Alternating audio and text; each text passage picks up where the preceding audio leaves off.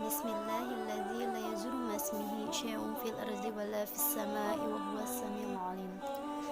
Assalamualaikum warahmatullahi wabarakatuh. Saya akan membahas tentang ucapanmu sumber bencanamu. Bencana seringkali timbul akibat ucapan manusia itu sendiri atau ucapan kita sendiri. Ada dalam kisah Nabi Yusuf alaihi salam yang mungkin seringkali kita dengar. Nabi Yusuf mengatakan, penjara lebih aku sukai daripada harus tergoda oleh wanita-wanita itu, harus terfitnah oleh wanita, dan harus melayani mereka semua. Maka masukkan aku ke dalam penjara.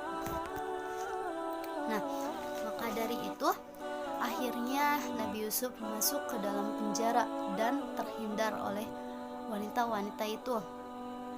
Nah, ini menjadi salah satu contoh dalam Al-Quran. Kalau begitu kita sadar bahwa ucapan itu memiliki kekuatan tersendiri. Maka dari itu kita harus mengucapkan kata-kata yang baik meskipun dalam marah sekalipun.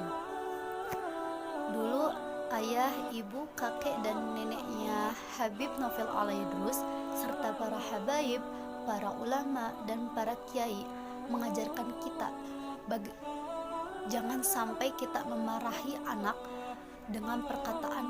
Para habaib, para ulama, dan para kiai terdahulu mengajarkan kita, jika kita memarahi anak, maka ucapkanlah Allah yahdik, Allah yahdik. Semoga Allah memberimu hidayah, semoga Allah memberimu hidayah. Nah, ucapan yang baik juga itu merupakan doa yang sangat bagus. Maka dari itu kita tidak boleh mengatakan kepada anak kita kata-kata yang kasar atau kata-kata yang buruk. Muhammad SAW, siapa yang beriman kepada Allah dan hari akhir, hendaknya kita berkata yang baik atau berdiam. Nah, bagaimana kalau misalkan kita tidak bisa mengendalikan lisan? Nah, kita bisa dengan cara berdiri, dengan cara duduk, jika duduk tidak bisa juga, kita bisa dengan berbaring. Jika ketiganya itu tidak bisa, kita coba wudhu dan menghindari objek-objek yang membuat kita kembali menjadi marah. Bukan hanya saja lisan, tetapi tulisan juga. Misalnya kita WhatsApp dengan seseorang atau kelompok, si dia begini, si dia begitu. Itu pun sama karena datangnya dalam hati. Maka dari itu jaga lisan kita dan ikuti para ulama terdahulu. Meskipun dalam keadaan marah sekalipun, tetap berkata baik dan bahkan mendoakan. Abdullah bin Mas'ud radhiyallahu taala anhu, ketika dia sedang di pasar, barang dia itu dicuri. Lalu si pencuri itu lari terbirit-birit.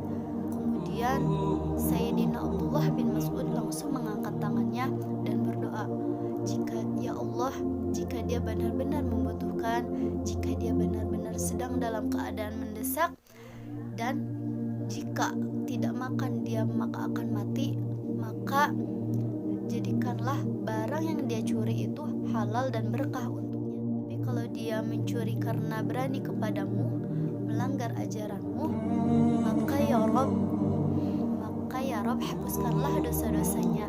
Wah, subhanallah sekali kan ya, dalam keadaan barangnya dicuri pun Sayyidina Abdullah bin Mas'ud tetap mendoakannya. Nah, bagaimana dengan kita?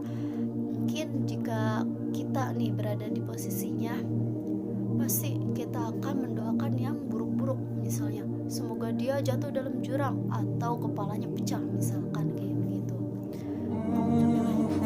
Jangan sampai kata-kata yang kita lontarkan itu buruk atau berdoa yang tidak baik. Itu sangat bahaya. Jaga lisan kita dan ikuti para ulama terdahulu. Meskipun dalam keadaan marah sekalipun, tetap berkata baik dan bahkan mendoakan. Cukup sekian dari saya. Wallahul muwaffiq ila aqwamit thoriq. Wassalamualaikum warahmatullahi wabarakatuh. لا إله إلا الله محمد رسول الله عليه صلاة الله وآله